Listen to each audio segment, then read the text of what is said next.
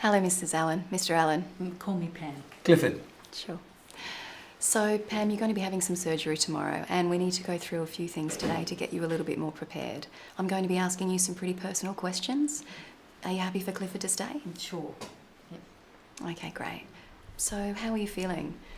Looks like you've had a pretty rough day. I'm okay. Frustrated that I've got cancer again. I'm pretty scared because I know how sore I was last time. Yeah, it took her months before she really felt well again. It must have been a really rough experience for you. What was the worst thing you remember from that time? The worst thing was the pain, and I had to have some blood transfusions. I bled quite a lot. The radiotherapy to my pelvis took a lot out of me. It felt like a really bad sunburn. It really interfered with our relationship. I was so sore down there, I couldn't bear for him to touch me. Must have been really difficult for you. For both of us. Well, the good news is there are many more options for pain relief now. Really? How do you mean? Well, you don't have to wait for the nurse to give you medication anymore. You can give it to yourself through the use of a special machine. Oh, really? Yeah, it's called a PCA, and you can give yourself medication when you need it just by pressing a button, which is on a cord, which is attached to the machine. So I can't give myself an overdose? No, it's really safe. It's specifically programmed for you. That would be... if I don't have to have so much pain, that would be great. Yeah, that sounds really good. Can I have some too?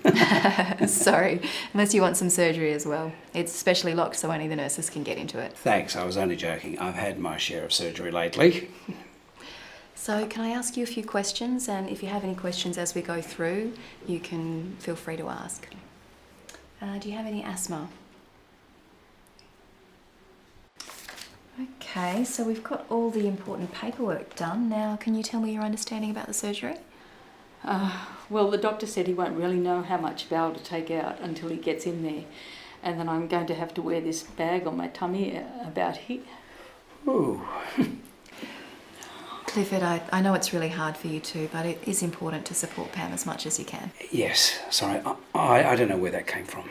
I do support her, I honestly do. And I want this surgery to go better than the last one. I know she suffered. And I want Pam to know I'm there for her. We'll get through it together. Pam, it really does look like Clifford is committed to supporting you through this. And as you know, it's not going to be a picnic. It does look like you're going to have a colostomy. How do you feel about that? Well, I don't like it, obviously. But I really can't see any alternative. Yes, I suppose the alternative is death. Oh, don't say that. Well, it's true. Isn't it, Anne? Yes, Pam, although we can never really know what the future will hold.